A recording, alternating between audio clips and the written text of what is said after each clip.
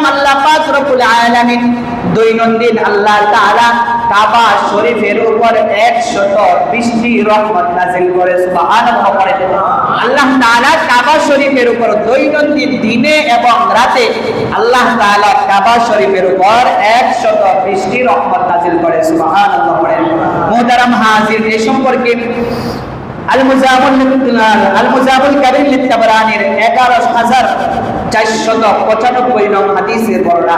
আন ইবনে আব্বাস قال قال رسول الله صلى الله عليه وسلم ان الله ينزل في كل يوم وليله 20 و100 رحمه ينزل على هذا البيت 60 للطائفين و40 للمصلين و20 للناظرين।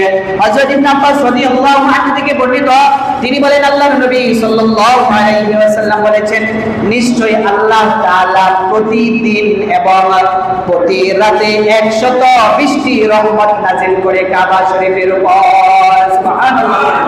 হযরত ইবনে আব্বাস রাদিয়াল্লাহু আনহু বলেন যে আল্লাহর নবী সাল্লাল্লাহু আলাইহি ওয়াসাল্লাম বলেছেন যে আল্লাহ তাআলা দৈনন্দিন দিনে এবং রাতে আল্লাহ তাআলা কাবা শরীফের উপর 120টি রহমত নাযিল করে। সুবহানাল্লাহ।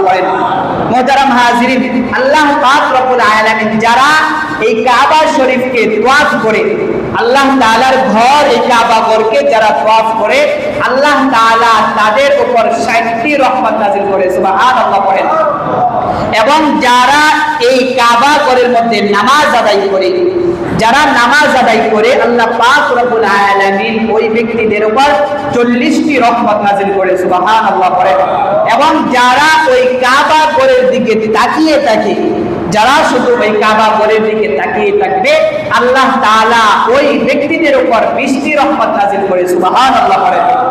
তো যারা দূর থেকে শুধু বাইতুল্লাহকে চোখে তাকিয়ে দেখবে, বাইতুল্লাহকে যারা শুধুমাত্র চোখ দিয়ে তাকিয়ে দেখবে, আল্লাহ তাআলা তাদের উপর 20টি রহমত নাযিল করে। সুবহানাল্লাহ।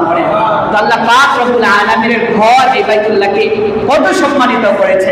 এই বাইতুল্লাহতে যাওয়ার ইচ্ছা আছে কার কার? কিন্তু দুটি হাত তুলে আল্লাহ তাআলাকে দেখাই।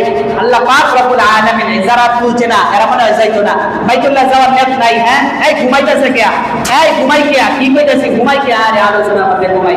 বাইতুল্লাহ পর্যন্ত যাওয়ার আছে তো সবার ইচ্ছা ইনশাআল্লাহ। আল্লাহ পাক রব্বুল আলামিন সবাইকে বাইতুল্লাহ পর্যন্ত যাওয়ার তৌফিক দান করেন। সবাই বলি আমিন।